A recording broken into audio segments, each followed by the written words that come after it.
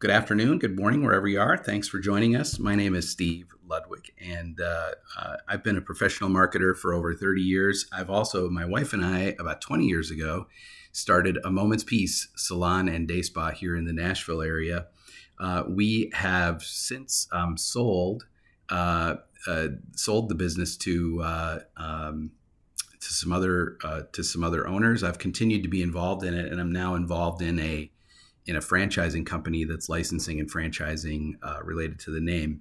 So I've had a lot of exposure to the salon and spa industries. I've had a lot of exposure to different business models over that period of time, and really want to just kind of use this opportunity to share sharing education is and leading with education is the tenets of one of the underpinnings of Source Local Media. And as we reach out and try to develop new clients for our business, this is a way that we found helps to really, by sharing our best practices, sharing things that are working for us for other clients, has been a great way for us to build new relationships. And so I appreciate you joining us today. And regardless of whether you have any interest in working with a company like ours, working with an agency to grow your business, or whether you're doing DIYing it, everything I'm going to show you today you can do on your own. And so I encourage you to, and it's designed to be participative. So questions come up, put them in the chat. We'll have a Q&A time here in a bit. And I'm always happy to give you specific examples of how we've addressed in our business, and not only with our salon and spa clients, but with just, we work across about 25 different categories of business. So ranging from healthcare and hospitality to lots of other things. So we often can pull from what works in another industry to recommend ideas for you. I've also shared a couple of links in the chat here just to get us going. The first is me on LinkedIn, so that you can get a little more background and connect there. I've also shared a link to a post in our marketing blog that is our five key takeaways from the Data Driven Salon Summit, which was here in Nashville a couple weeks ago. We may have met you there. We may have met another way, but I think the Data Driven Summit is really unique in that it tends to focus more on really managing a salon versus the actual practice of hairstyling. And we found some really interesting takeaways that I think reflect things that we're finding here in our own efforts. And so we've shared a lot of that in that article. And we'll talk about some of those things today while we're going through here.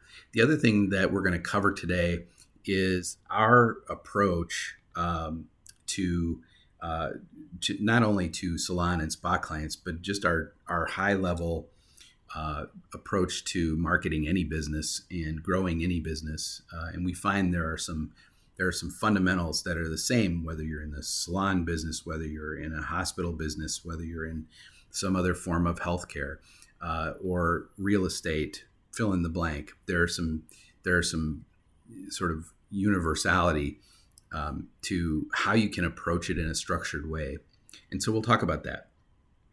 And I've put also a little case study on some things we've developed around a Moment's Peace that might really interest you. Particularly, what most people find really interesting about what we've done with a Moment's Peace is what our gift card sales volume is. We've really kind of developed the gift card as a primary new customer acquisition tool. And so we talk about that in this article. It's there in the chat. And I'm happy to answer any questions on that. We'll talk a little bit about that as we get into the slides here. And everything you're going to see here today, we are happy to send you.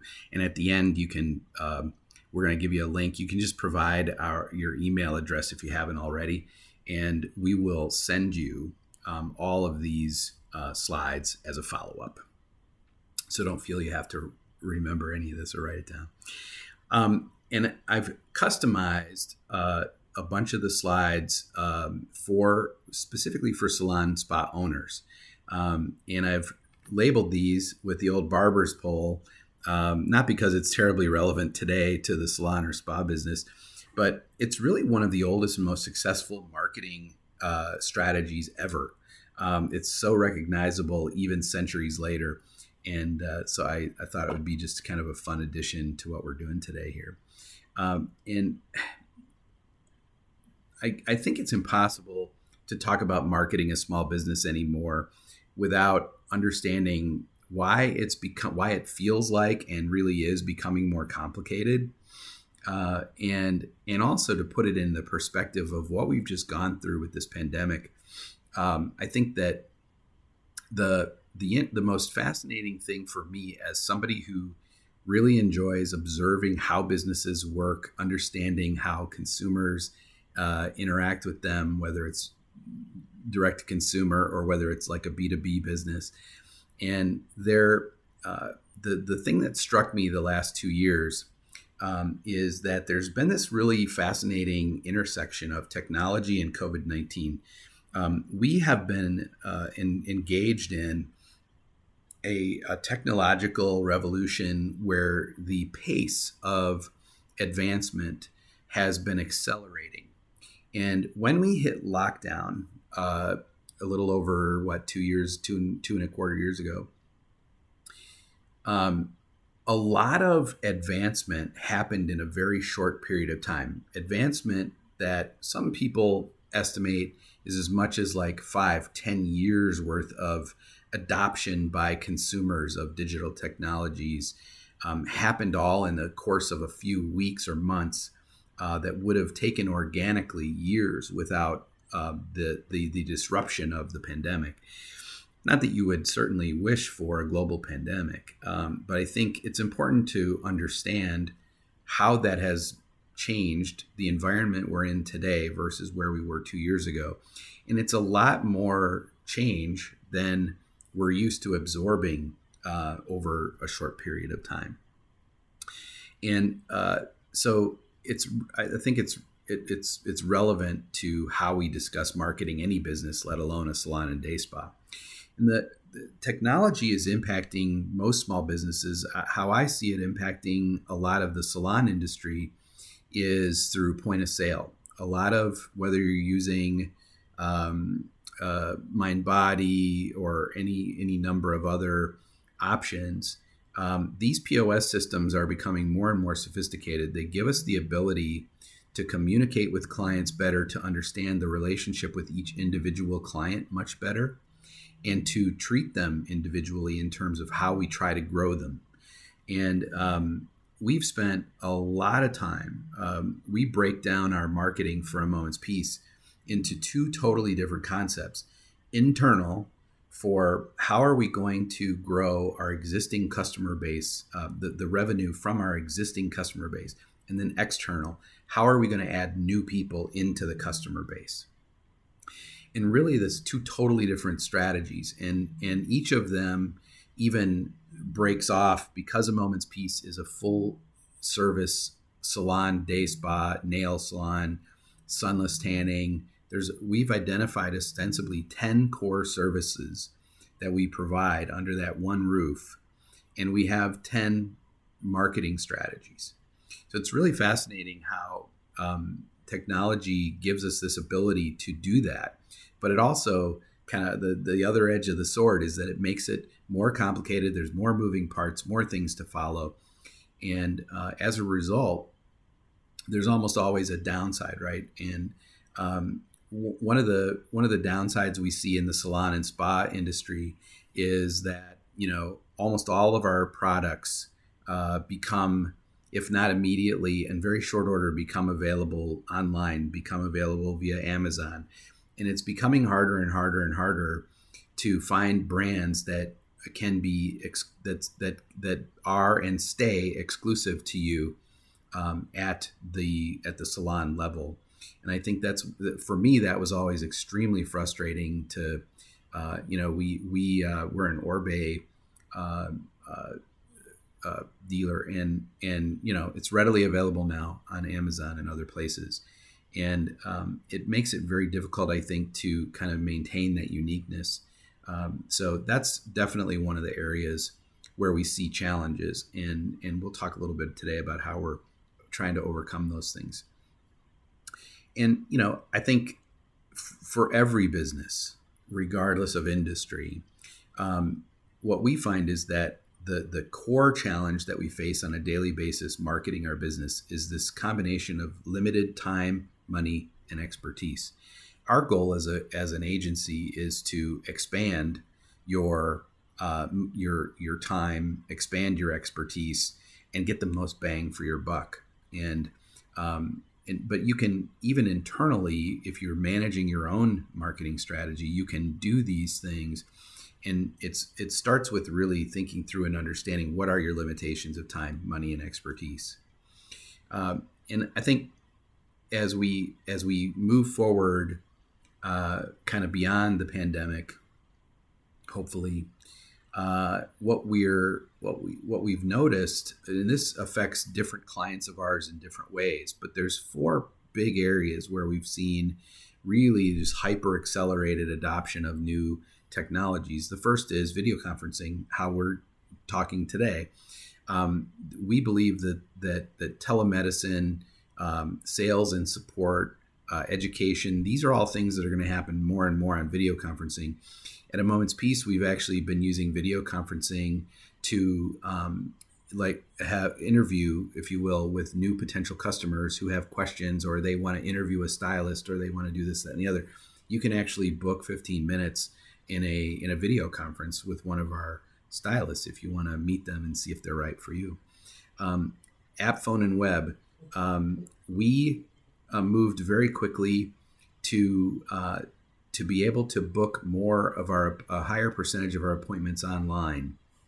Heretofore, we had experimented with other technologies, and most of our customer base really did not want that. They really liked making their appointments when they were there for next time. They liked calling and talking through the options. But today, what we're seeing is that there's been a tipping point there. Customers really want to be able to see what's available and book online. And so we have been putting a lot of emphasis on and we're also seeing that it's more and more difficult to staff the desk to be able to answer those phone calls.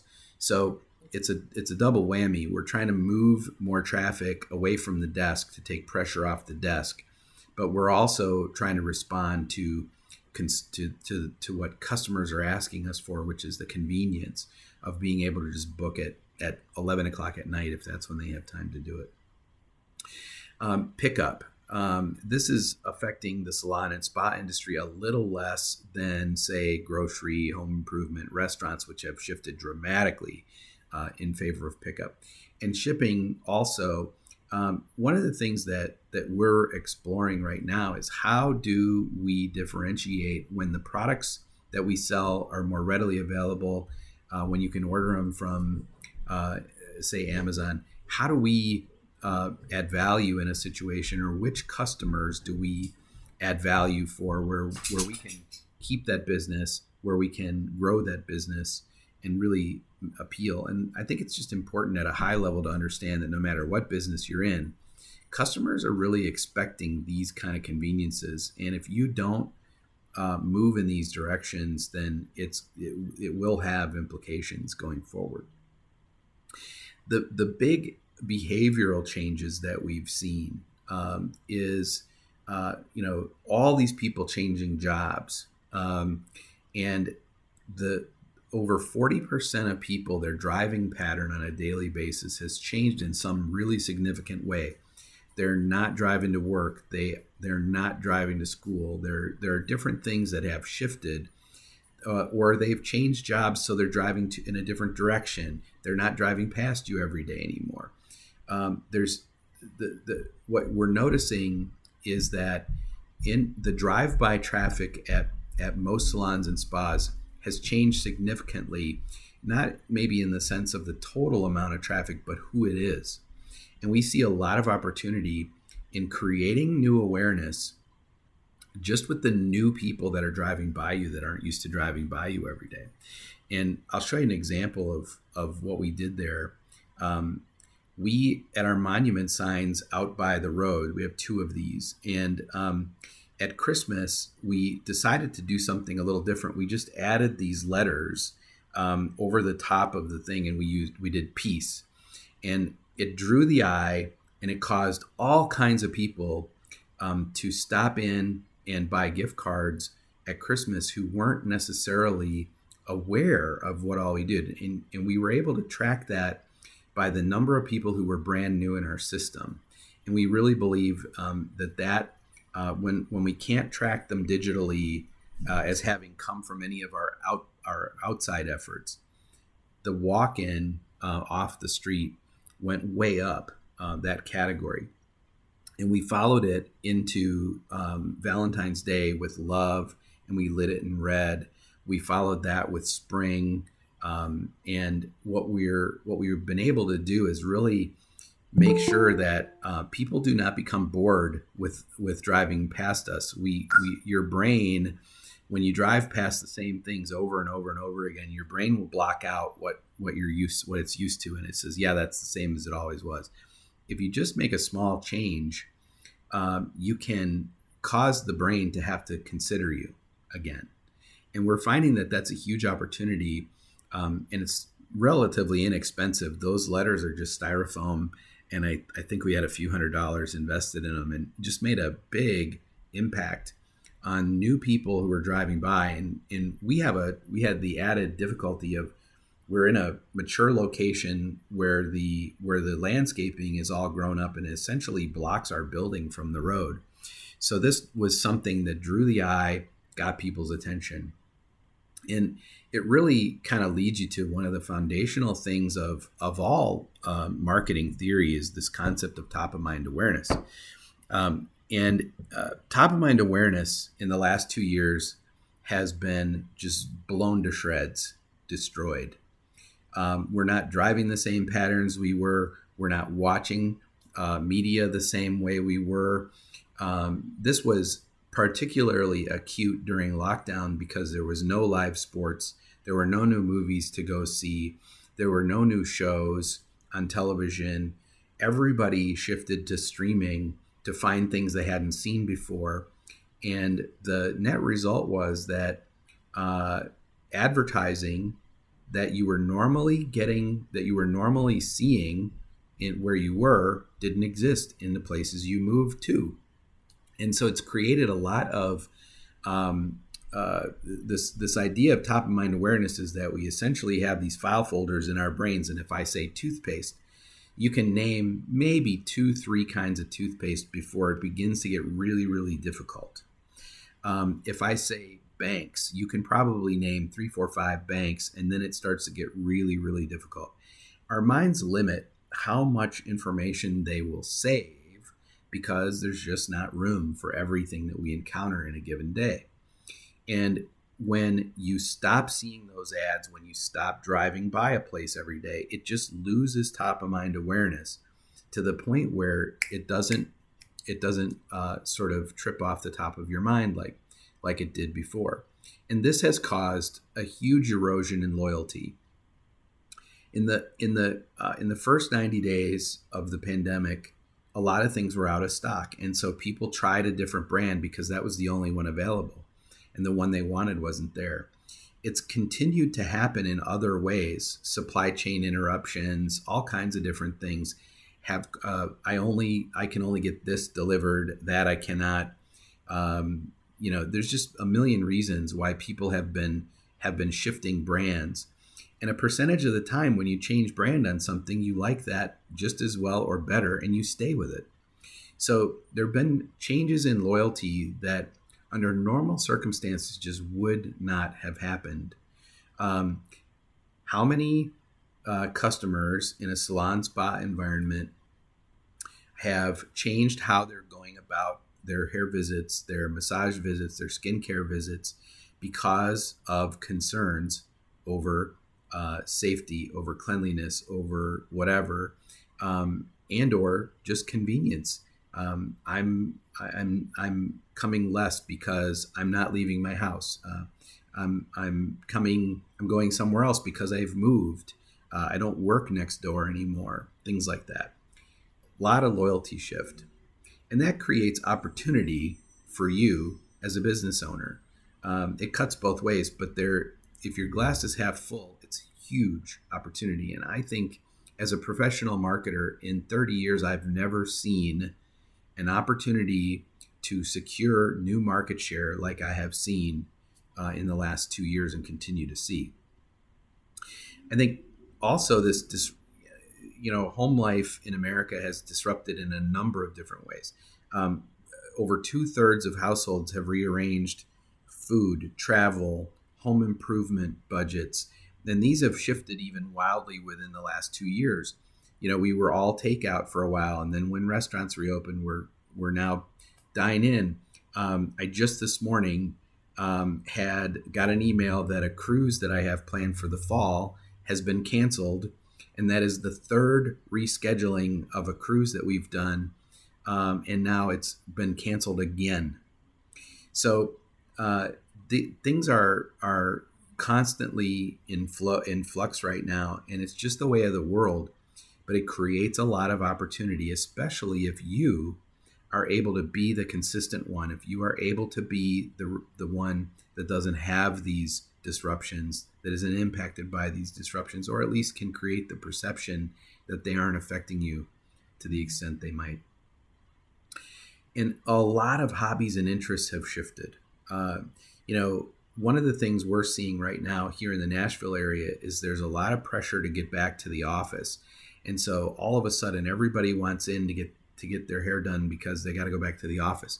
They can't look like we can't look like slobs anymore every day because people are actually going to see us in person. I was at Dillard's over the weekend, and the person that I was working with there said they've been just like swamped with people who are putting work casual looks back together. And those are categories that had been suffering and are now swinging back. This disruption is really still there and is still something that needs to be factored into how we build strategy.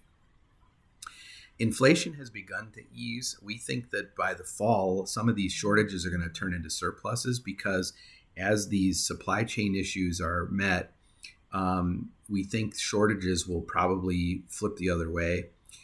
Target just announced yesterday that they have excess merchandise in the stores that they want to get rid of, and they made a profit warning saying that they are going to blow this merchandise out. They're gonna lower prices and blow it out to get it out of there because they don't want it. So we take that as indications that some of these surpluses in certain areas are already starting to happen. And we're also watching very carefully how companies like Disney, Marriott, Publix, and the big mall companies, the big retailers, we're looking to see how they deal with changing consumer expectations, and we're watching them for cues that we can then kind of take at the local level as small business owners. And I think it's you've probably already experienced the worst of it, but if you haven't already had obstacles, you will. And I think the key that most consumers are offering kind of grace on this for now, but they're looking to see how you handle it, and they're looking for effort much less than they are actual results. I'm like handmade signs are like one of my pet peeves, and this is an example. I took this photo last summer at a place that we were, and these kind of things drive me nuts. And I think that it's less about, hey, we know disruptions are still going to happen. We know there's going to be a problem because so-and-so can't come in today or whatever. And around here, like, people are getting COVID left and right now. And so we've had appointments canceled. We've had things that we've had to rearrange because people are getting COVID still. And I think the key is having some preparation, putting some thought into how you handle those things. And I share this because I think this is a what not to do. This falls into the what not to do category. Um, and you know, it would be much simpler to have something well prepared, well messaged. If I hear about due to lack of staff one more time, I'm going to lose my mind. There are far better ways to communicate these kinds of issues to customers, and far better ways to come at it. If you want to talk about that in Q&A, we can. So these are some observations that I think are really impacting how we move forward, particularly in the salon and spa business. But I think that there are some fundamental things that whether it was 2 years ago or today, that remain the same and in many ways become even more important. All of you have a physical location or multiple physical locations for your salons, spas, whatever. And every physical location has what I call a digital footprint. And this is ostensibly the sum total of what customers can and should find about you online. There's 4 main components to it. Directories, which I'll detail in a minute. Search, which is making sure that Google ostensibly knows you and is willing to show you. Social media and email, and then reputation, online reputation. One of the things that I noticed as I talked to, met a lot of salon owners at Data Driven a couple weeks ago, and one of the things I'm constantly surprised that more people don't do is have Google alerts set for the business name, for all the stylists on all the employees' names, different competitors' names. Because Google will essentially alert you whenever there's new things on the internet about you, whether it's a review that someone's left, whether it is you're mentioned in an article, whether it is mug shots that have been posted for one of your employees who had a DUI over the weekend. These are all things that you should be aware of as quickly as possible so that you can react and manage those situations. And Google Alerts is a free service that Google offers that really helps you to, and you can choose like daily, weekly, real time. You can choose how often you'll get these reports from them. I would encourage everybody to utilize this and to pay close attention to it, because it will save you one day from something that you need to be aware of that's online. We started doing workshops like this about, 4 years ago. And the very first one we ever did was like a breakfast meeting. And a guy had not ever Googled himself, his business. And I said this in the meeting, and he decided to do it right then and there. He pulled his phone out, and all of a sudden this loud expletive goes through the restaurant because he did not like what he found. And it's very important to know what's out there already for you. And there are some real horror stories that I could share with you of businesses that we have been researching, developing as clients over the years. And we start looking and we're just like, whoa, there are things we've got to get rid of that are online. There are, and the best way to deal with your digital footprint is to be proactive. 30 years ago, when I started out, I was in the radio business and as a professional marketer in the radio business, and I could, I was in the Chicago area. I could get business from just about anybody, and I was selling against the newspaper and cable and some other things, and I could pretty much outsell all of those guys. The one budget I could never dislodge from most local businesses was the Yellow Pages budget, Why? Because in that day and age, Yellow Pages was the primary way that if you needed something and you didn't know where to go, you went to the Yellow Pages. You went to your junk drawer in the kitchen and got this huge book out. There was a whole science of like this many people turn the pages left to right. This many people turn the pages right to left. And there was a whole science of, how big your ad should be, where it should be, all these different things. People named their businesses based on showing up quicker, earlier. You wonder why you ever see a business named AAA something or other. It's because AAA was going to show up first alphabetically in the Yellow Pages. The modern day version of this is really 4 or 5 key directories, online directories. The primary of which is Google My Business. The second most priority for me would be Apple Maps. Third would be Bing Places. Fourth would be Yelp. And ultimately, if you ever rely, like for example, our day spa does a lot of business with hotel guests on the weekends. And so TripAdvisor is a fifth one that we put some time and effort into. And a lot of times, people do not. These are assets of your business that you should own and control, and no one else should be able to delete these, to do anything. So it's really key to own these. And secondly, it's really key that they be very complete.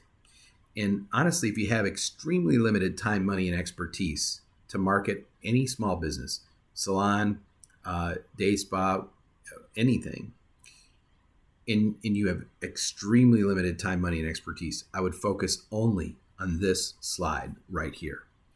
You want to make sure that everything that they ask for, you provide. Every question they have, you answer. Every option that they allow you to use, you turn on. You want to make sure that there's photos in these. You want, with the exception of Apple Maps, which doesn't let you add photos. You want to add videos. If they say we want a picture of the owner, give them a picture of the owner. Not because it's going to do miracles for you, but what you really want to do is make sure that these are well maintained. And almost all of them now have a mobile app you can keep on your phone that'll help you to stay really current with this. This is when we get in there and really start working these directories for clients, we'll immediately see 300, 900, 1100% increase in the number of organic searches and search results that your listing gets into. And it's really because of two things. One is if Google knows you, it'll show you.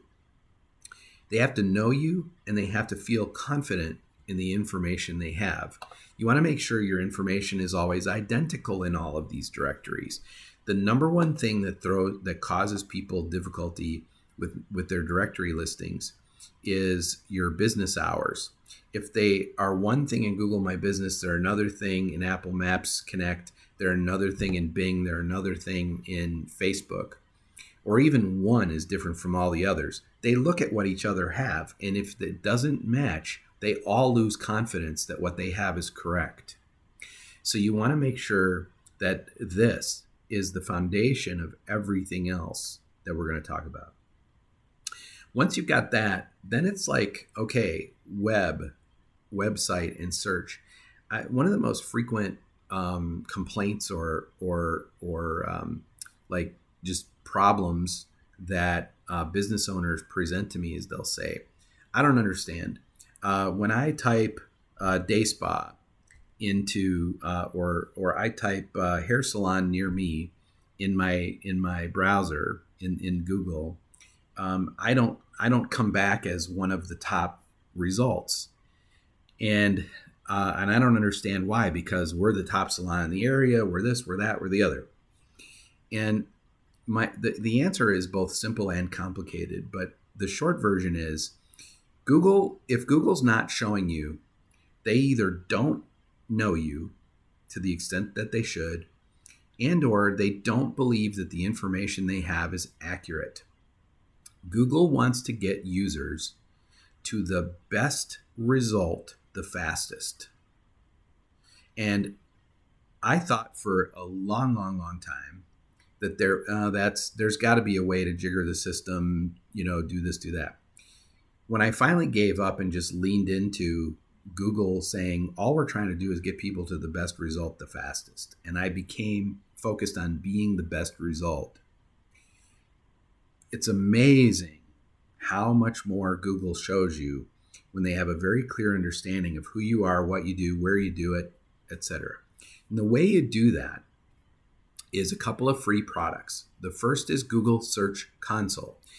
One of the things that those same business owners who tell me they don't show up in searches, they get really mad because they're like, we paid, $20,000 for this website, and I have no idea what it's doing.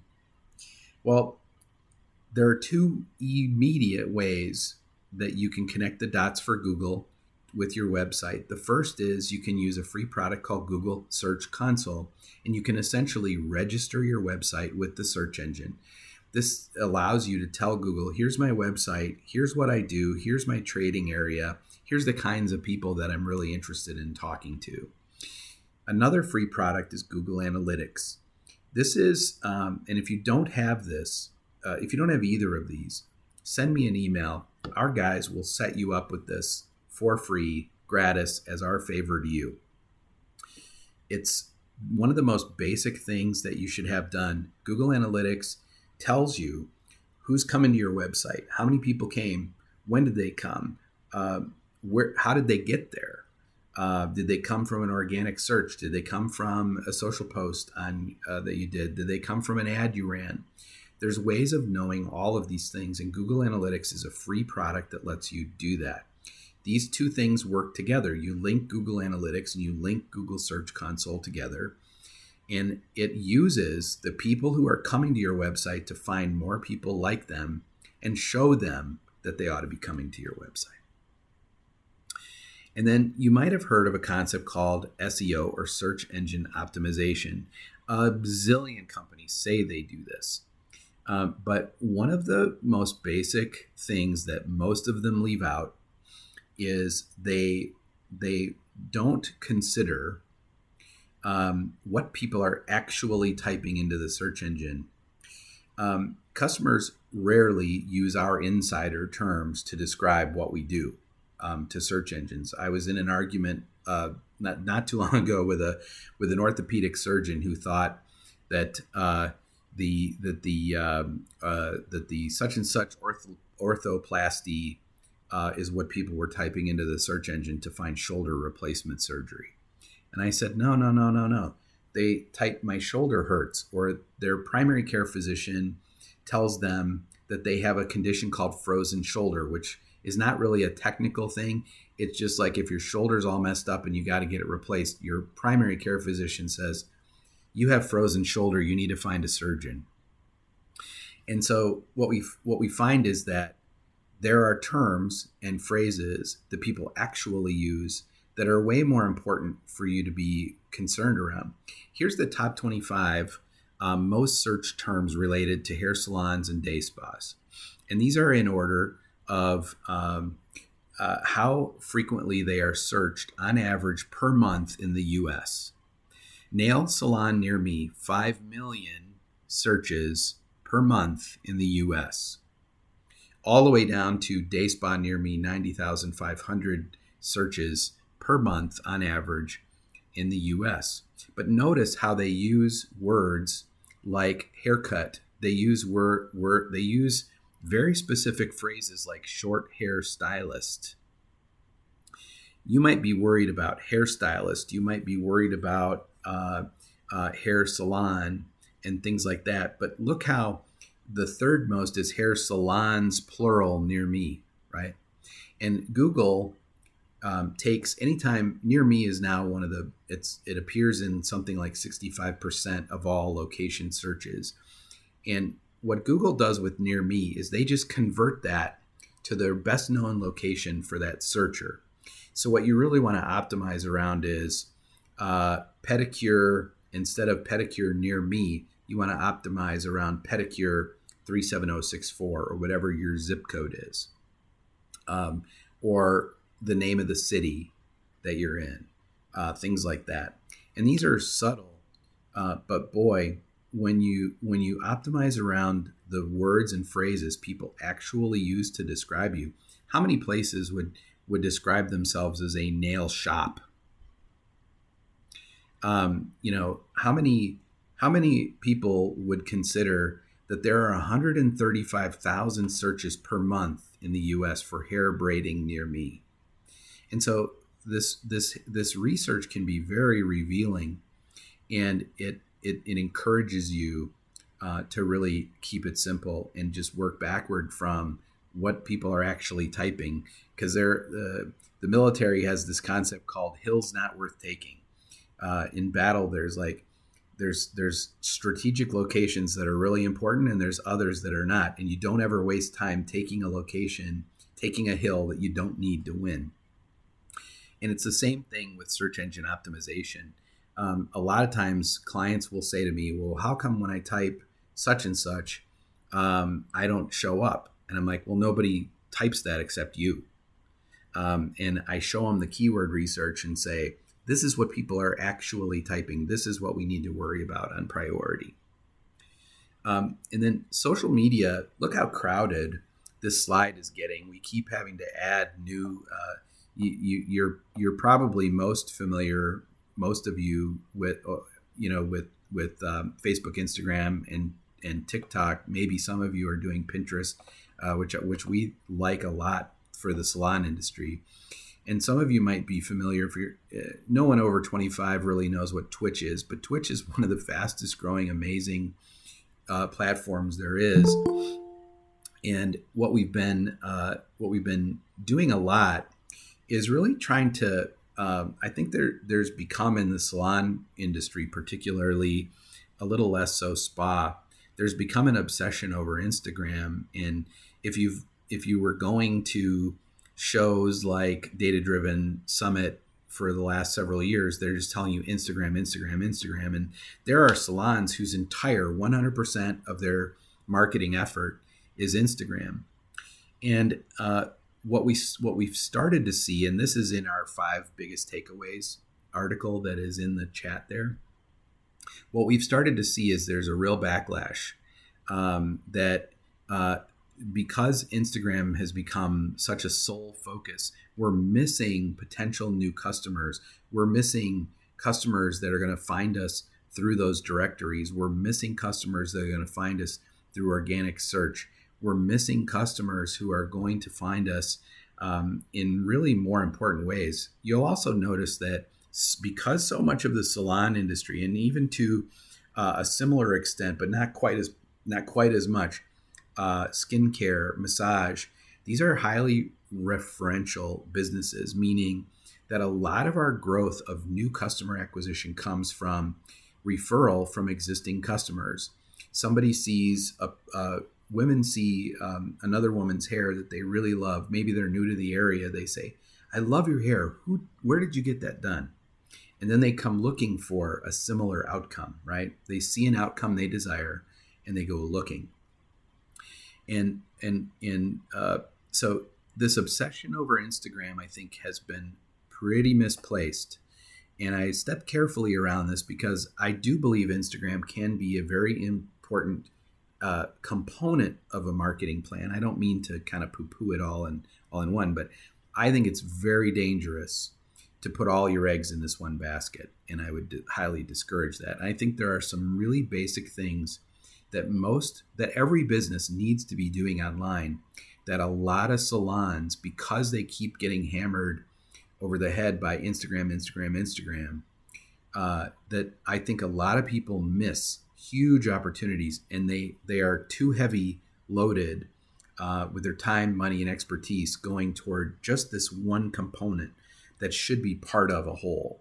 And if you're in a fast growing area, I'm also a huge fan of Nextdoor as a potential way to create new customers, but it's very demographically driven. So it depends on your goals as a salon and where you want to live in terms of your new customer acquisition. If you're looking for young people, then that's a completely different discussion than, like what we've noticed in the last 2.5 years at A Moment's Peace is that our core hair salon customer has gone from being in that 35 to 64-year-old range, and it's still holding at the top end, but it is dropping on the bottom end. And I would say we have to now consider pretty much like even 16 and up, because what we're finding is that we're getting kids of our core customer. Historically, we're now getting their kids, ps, who all moved home in the pandemic, and so that's why we think we're seeing so many more young people, is that they were doing school remotely, they are working remotely, and so to save money and for all sorts of other reasons, they just came home, right? And that's been a big shift for us. And the question becomes, monitoring it to make sure whether this holds or not. We think a lot of these kids are going back to college now, and we may or may not see them quite as frequently as we've been seeing them. And but that's why it's so important to be monitoring, like what is our average time between visit, and be monitoring with individual customers, flagging them when that it's been too long since we've seen them, and making some outreach. And a lot of, I think also a lot of salon and spa customers are, when they create content, it's going straight to social media, usually Instagram. And what we advocate for is a slightly different model, where you create that content and it lives. You want to get like as much bang for the buck as possible. So you want that content to live in your website some way, shape, or form. We always the best way we've found is to simply blog that content. And it can be, case studies of individual before and after photos. It can be it can take all sorts of forms. But we find that, pictures of beautiful styles, pictures of and videos of different things like that. People do have a strong interest in seeing the kind of work you're doing. And so that can be very helpful. When they get that referral, you want them to get into the web. You want them to get into the website, the directories, the social media, and you want them to see your work, because it just affirms that the referral they got is good, and I need to be calling and booking, or I need to be getting online and booking. The other cool thing is that Google My Business, which is your primary online business listing, allows you to post, kind of like posting to Facebook. You can create videos, photos, articles on Google My Business, and we find that putting more and more content into Google My Business gets you your fair and unfair share of attention from Google. If you're posting about short hairstyles, and short hair stylist is one of the most searched terms in your area, then you can get your unfair share of attention from Google, because if you have content in your Google My Business about short hairstyles, and that's what the person's Googling, then Google is going to be way inclined to not only just show you in the search results, but to pull you out, highlight you, and show your article right then and there. And so these are ways that you can very stealthily outperform all your competitors when it comes to people searching. And then reviews and reputation management is the other one. I find this to be a bit of a rabbit hole that some people can get trapped in. And so I would encourage you to kind of take it for what it is. The primary thing to be worried about here is your aggregate rating. And you want it to be ideally no lower than about 3.5, 3 3/4. You really want it to be in the low to mid 4s. You do not want to be a perfect 5.0 online. We live in a very cynical time, and a time when people really, really don't trust a lot of the information they see. And when they see that perfect 5, they go, they're gaming the system somehow. It's not right. It can't be right. And they just don't believe it. We find that that kind of 4.5 to 4.7, 4.8, even 4.9 is better, far better than a 5. And so as you're, considering these elements of digital footprint, this has really got to be at its core what you are good at in marketing your business before you worry about much else. And our kind of advanced discussion that would be kind of the if you have an interest in growing your location, this is kind of what's in it for me here, is the follow-on discussion should be more specifically how we can grow your business. What is the search volume in your trading area? What is it about your business? What are your strengths and weaknesses compared to your competitors? What are the opportunities and threats that exist in your ecosystem where you are right now? And how do you, assuming you have made various pivots, as we all have in the last 2 years, how do you drive awareness and convert that through engagement into interest from potential new customers? And how do you ultimately get them to purchase and keep purchasing? And I can show you case study after case study where we go in, we understand how these things are happening, and then we develop, using our basic marketing formula of targeting plus messaging plus reach equals results, a plan for every major category in your business, whether it's hair salon, nail salon, massage, skincare, med spa, sunless tanning. We can go on and on. But every one of those needs its own targeting. Who is the customer? Who is the primary person who benefits from this category of our business? Messaging. How do we talk to these people? Who do we want to talk to? What do we want to say to them? Reach. What is the best time and place to be talking to them so they can absorb our message and respond, engage with our message? Because if potential customers won't engage us, then we can't really take them to the next step. And that's how a growth, when you're growing a business like this, you got to figure out what will drive that growth funnel. The case study that I shared with you in the chat links around A Moment's Peace talks a lot about gift cards. And what we found was that it was really, really difficult to market to women to come to our salon, our hair salon. But what we found was that their husbands were really easy to sell a gift card for birthdays, anniversaries, Christmas, Valentine's Day, Mother's Day. Really easy to sell the husband, boyfriend, whatever, a gift card.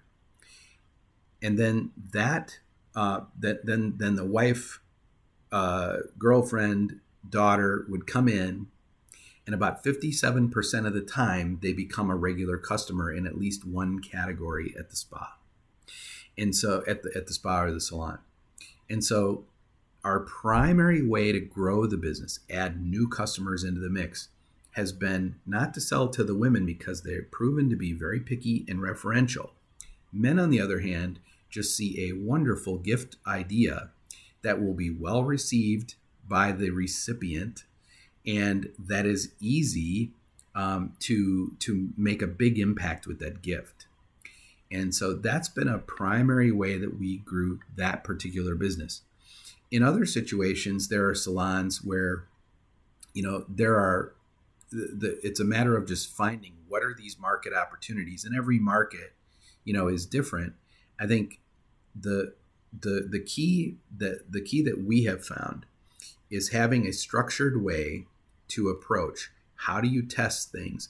How do you optimize them? How do you get to the point where reliably that whatever time, money, and expertise you're putting into marketing on a monthly basis, that you get a return on that investment as quickly as possible, and you've grown the business to a new baseline all the time. And it's not impossible to find success, but it's obviously become a lot more complicated. And we go through a whole series, and happy to invest more time with you in talking about all these different aspects of it: targeting, messaging, reach. There are a lot of ways to put this together for each individual business based on its goals and objectives. And what I think is really important, no matter how you go about this, and whether you go about this with someone like us or you go about it on your own, is you have to have that tracking. That's where Google Analytics and other products that are out there that allow you to keep track of what's happening and what are the outcomes when you do things.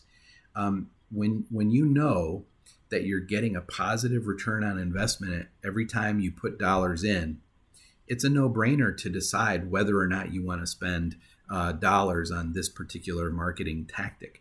And the tactics today are so flexible, so intelligent, and the ability to tack in and around your existing website or swap your website for something that the days of $25,000 websites are gone, long gone. It doesn't take that kind of investment anymore. And when you have tracking metrics in place, when you can see what's happening and what the outcomes are, you can feel so much better about how these investments are paying off for you, and you don't have to wonder. I think that we've tried to narrow in on a really simple way of calculating return on investment and doing the math, so that when you build a strategy and you've tested and optimized and you get to something that is repeatable. This is another case study that you can find in our blog, which is does the math. Now, this is for a dog bakery, not a hair salon or a day spa.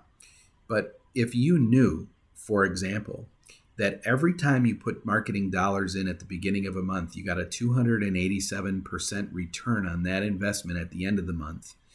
If I was your financial advisor and I said, I'm going to get you a 287% return every 30 days, you'd be like, how much more can I give you? And there is sort of like a point of diminishing return. But when you start from the premise that you're going to take all the information you have and you're going to turn it into a really clear understanding of what drives the business, and then you're going to build content, build messaging that is designed to give you a really defendable advantage over your competition, and you find the things that really do the job of getting you the result you want at an efficient return on investment, then it's very scalable in the digital environment. And this is what we take a lot of clients through. It's the kind of stuff that I think a lot of times when you're busy, it's still amazing to me as somebody who's been there and done that with salons and day spas. It's still amazing to me how many people I met at Data Driven who own the business and are still in a chair several days a week, cutting hair. And so our expertise and where we intersect well with people like you is when you know enough to know that you want to grow this business and you need expertise to do it. And we can find very effective, profitable ways to grow that business. And that's where we have really focused a lot of our energy. A normal next step for us is to keep investing in you long before you invest in us. And that's a needs analysis meeting where you can have this kind of a conversation very specific to your business, your customer base, your specific market situation, your specific competitive situation. And so I would ask you to consider that. Consider having that conversation with us if you feel that what you're hearing today is useful and good and has the potential to help you with your business. We would make that next step available to you without any obligation. And I want to make sure that we have time for Q&A for anybody who has questions that things they didn't get to, but I'm always happy to do that privately as follow-up too. So if you want to schedule time, we're happy to do that. And you can use the email that you were confirmed or invited with today, and you can get back to us in any way. I'm going to share one last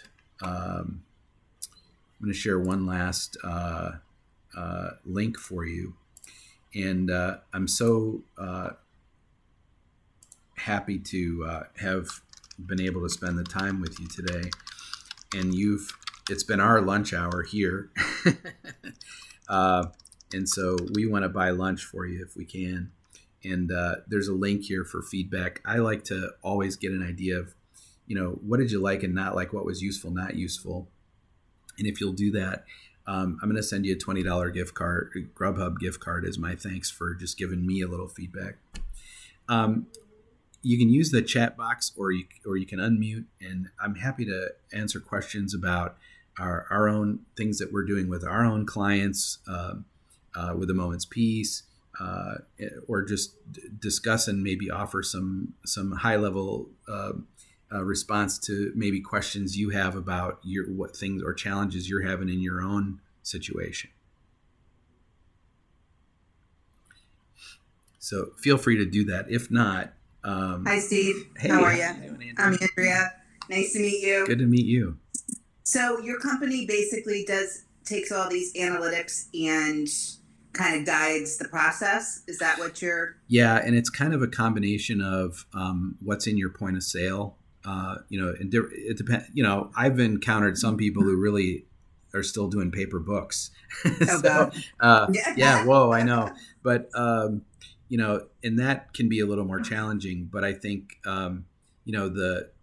like website analytics can teach us a lot. If you do have Google Analytics at this point, or I do. I have Google. My business. I have the Google Analytics.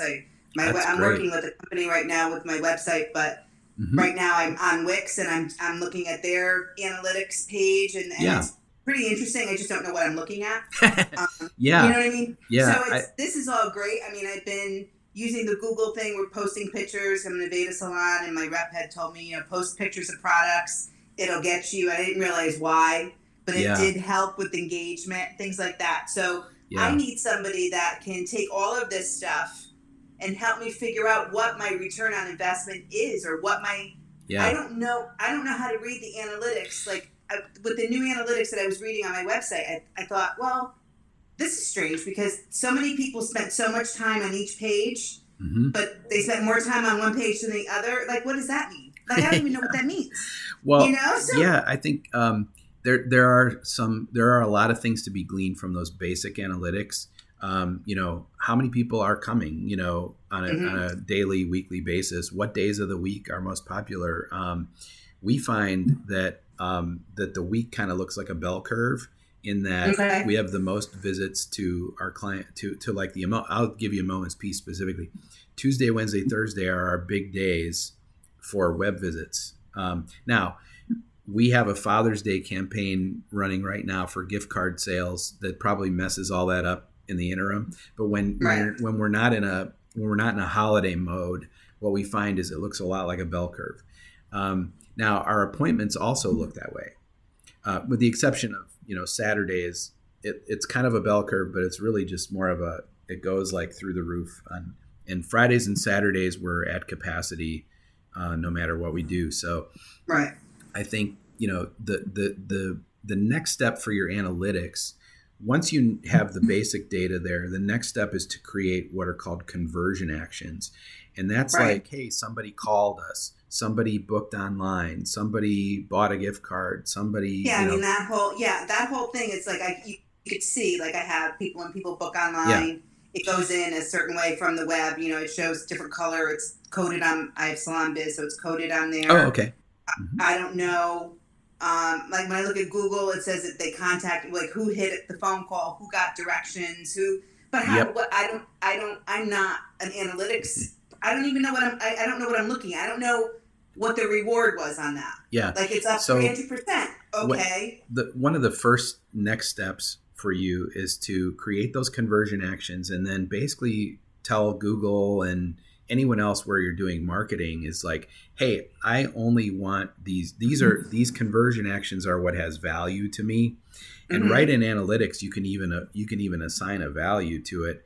And then, like, for example, if you were using search engine marketing as part of your overall strategy, let's say you were doing Google AdWords or something, or Bing ads, or fill in the blank. You can say to Google, look, I only want to pay when somebody books an appointment, right? So does your company actually show us how to do this, or how to look at this? We just set it up. Yeah. And then I don't know what I'm looking at. Like that, it's great that all these tools are out there. Yeah. But I almost need somebody to walk me through. Like, I have all the apps on my phone. I get alerted when I have a review. I mean, like, this is not done because I know what I'm doing. This is just done because I didn't know what I was doing. Well, now I'm getting all these alerts. You're inadvertently doing a lot of the good things. You're already doing more than most, and so that's really good. But it'd be nice to see what I've been doing, like how it pays off. Yeah, exactly. Yeah, I had no idea. That's the key for me, is like, how do we create the tracking all the way to those outcomes that we really want? And then I know you get those analytics from these different sites, and I get the analytics from my website, and I get all these analytics that I can look at. Yeah. But I don't know what I'm looking at, like Facebook ads and things like that. I mean, I kind of sort of know what I'm looking at, but I don't know what I'm looking. I mean, it's just. Well, you're running Facebook ads? Some, yeah. Okay. Occasionally. So there are ways to attach tracking to those ads, so that when the person comes back through into your website or wherever you bring them, or they call or whatever, that it continues to track them all the way through to, so you can know, for example, let's say you were advertising on Facebook, and then maybe you were advertising, a thing we use a lot in the salon business is we say, well, who are your key competitors in terms of like comparable salons, right?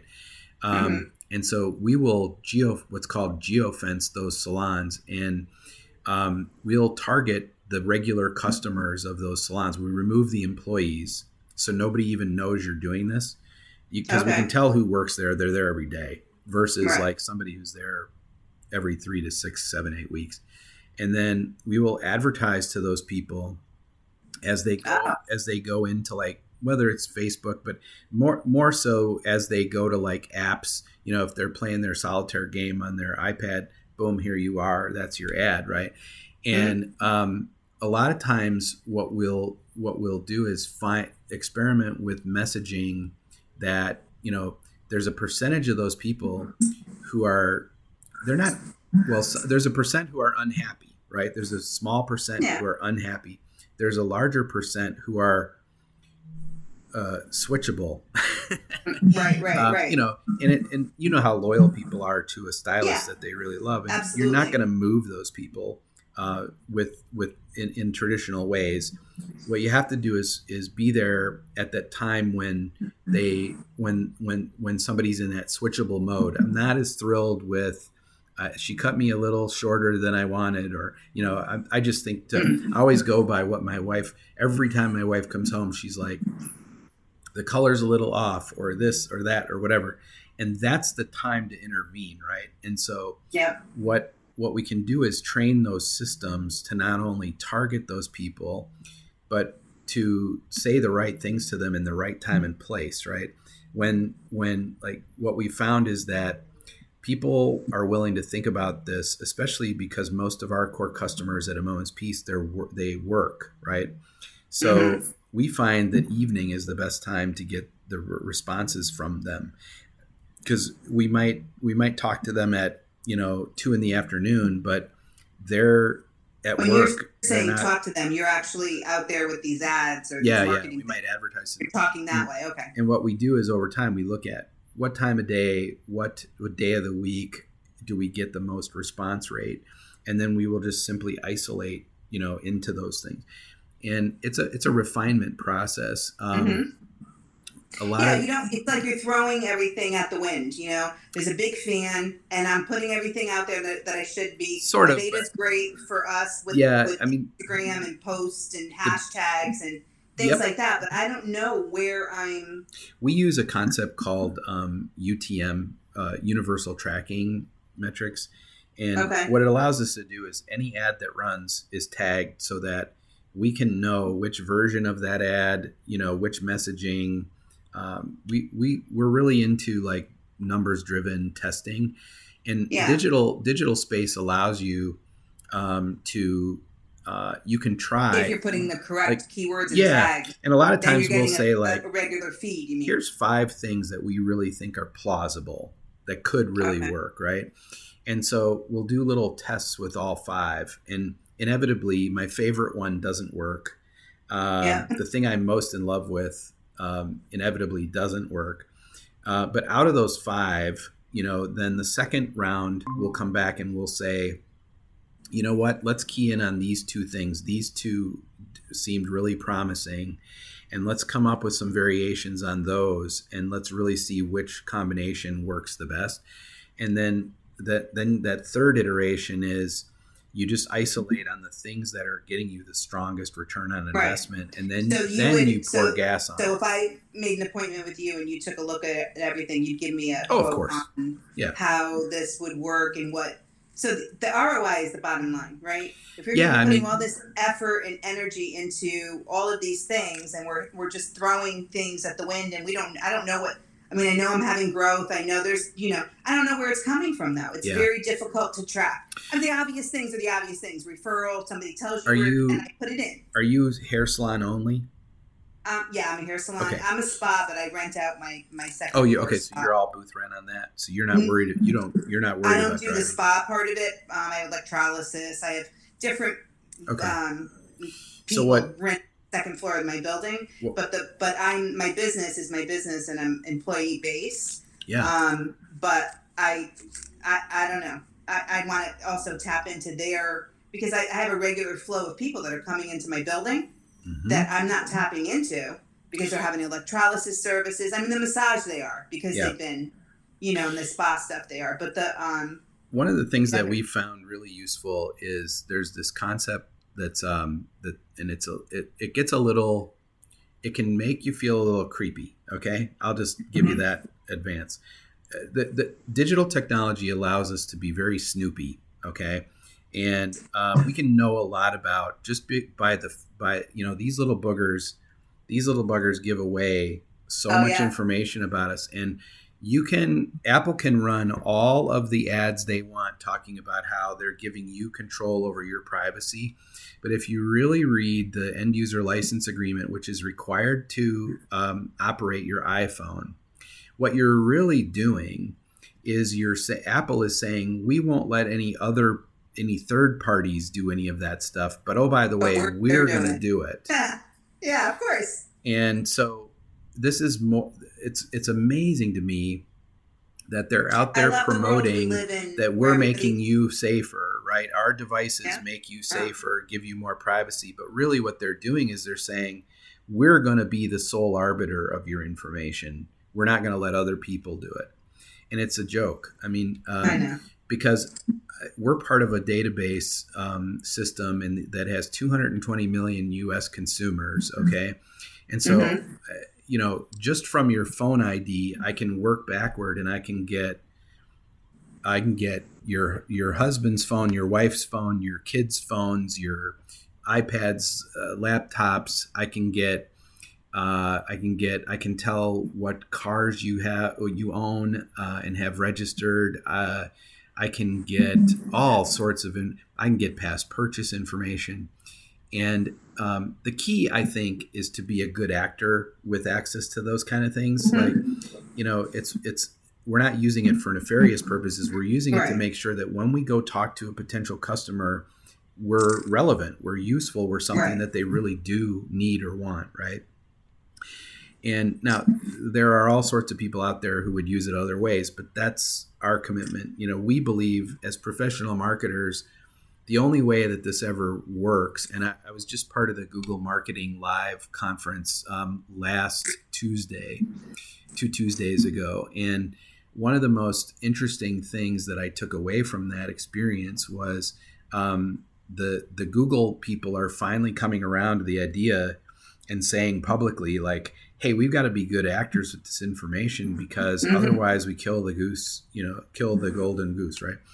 And so and this is what I've been saying all along is like privacy is one thing, but the digital technology, if everybody's a good actor with it, would really cut down on all of the stuff that we see that is, cluttery and irrelevant and whatever. I mean, I see ads for things all the time that I'm never ever going to buy, and that's just a Right. waste of money for the advertiser. It's a waste of money, it's a waste of my time.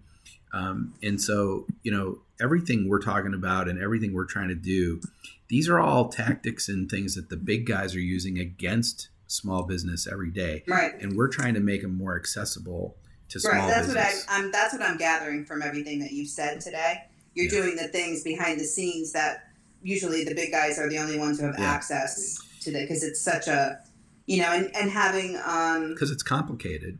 it is complicated, and it's doable, but you fall into that rabbit hole. Yeah. You start looking, and before you know it, you're somewhere completely different, looking at your reviews or looking at some other thing that you were an you don't know elementary what you're looking school. at. You were an elementary school student when I was doing this, but when I was in the early days of me being a professional marketer, I was selling advertising, primarily radio, and it was like, I knew how to make radio commercials work, but I could never fully quantify the outcome.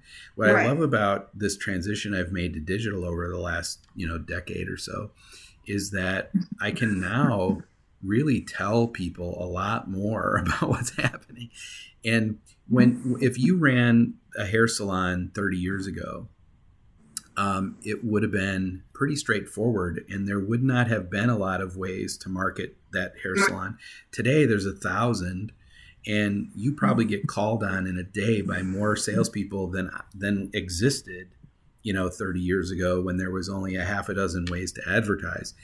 And the problem with most of these technology-driven options today is that there are a million things you can do, and you have to isolate on what you should do, right? Mm-hmm. And most of the people who are doing the selling sell one component, right, of what should be a whole system. Yeah, we need what's called a digital coach. Yeah, I think that's kind of what we do. I mean, we don't. That's Tony, make a note of that because I like that word. Well, that's what we need. We need a digital coach, because the bottom line is you need somebody, first of all, to tell you. You need to tell somebody what your pains are. Then you need to have somebody take those pains and give you some options. You need to be accountable, because you need to actually move the needle forward. But then you need your analytics paid back. So, okay, this is what we tried. We tried 5 things. This is right. So let's do that. So you're constantly working towards, and you're learning at the same time. And we know enough to know that we don't have there's no magic, there's no silver bullet, right? We know enough to know that if we come up with 5 plausible things, we can get 1 or 2 to work. Right. Every once in a while, more will work. But, what we do is when we start these kind of campaigns, what we do is we build a little dashboard online that you can see, we can see, and we're just monitoring it like a in real time. Dashboard? Yeah. Like a Hootsuite? And kind of. And it just shows like, okay, we have 5 campaigns running. Mm-hmm. What does the funnel look like? Right. What are we getting out the bottom? I tried to set something like that up myself with everything that I'm doing, and I don't understand it. I need a digital coach like yourself. Well, what we do, so we have internally, we have a web development person internally. We have an SEO person internally. We have a graphic designer internally. We have a social media person internally. So we try to do as much in-house as possible. And then we have my commitment to clients is you're never more than an arm's length away from the person actually doing the work, right? Because a lot of these one size fits all solutions, like, I don't like to badmouth anybody in particular, but one company I don't have a problem badmouthing is like Reach Local. They plug you in to a system, and they charge you a monthly fee. And but the problem is that the content is all generic against hair salon. So it's not you. It's not content about you and what you do. It's generic content about hair, right? And so, uh, and I've had clients say to me, "Well, when we had a jeweler, we had a jewelry client who said Reach Local was running stuff about jewelry that I don't sell on my social and stuff." And it was just like, oh boy, so Right. the key is that you have expertise, and it's one of the it's in that 5 takeaways article, but one of the biggest things that I took away from it is this over reliance on Instagram has really put us in a dangerous position that as top of mind awareness erodes and driving patterns past your business change, you have a whole new set of customers, potential customers, who really, they might drive by you every day now, and you need to start putting some, defining what your brand is for them. Right. We also have a person internally who's really focused on messaging. What we have found is that in this day and age, the reach part and the targeting plus messaging plus reach equals results. The targeting and the reach have become very scientific, right? Yeah. It's mathematical.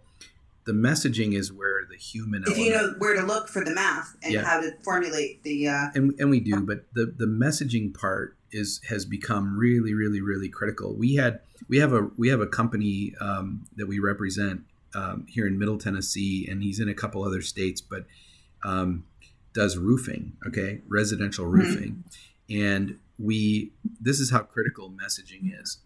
We had these campaigns out, and we decided to change as one of our iterations. We changed the word estimate to inspection. We started out get a free estimate, and we kept noticing that people were using the word inspection and not estimate.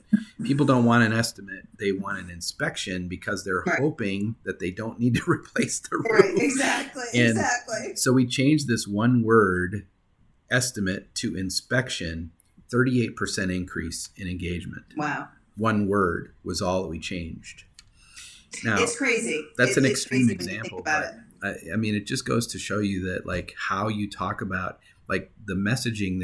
There's an art and science to this, and the science is more the targeting and the reach part, and the tracking and whatever. But the art part is still like in the messaging, and it's not just the words you use; it's like visuals.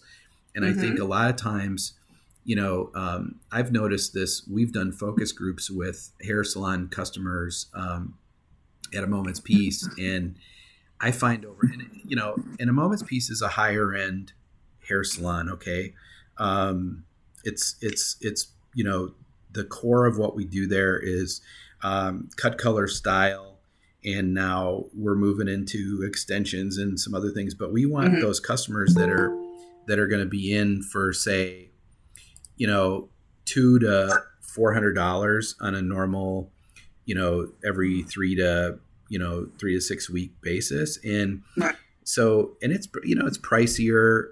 We're in our spa we are not the cheapest at anything.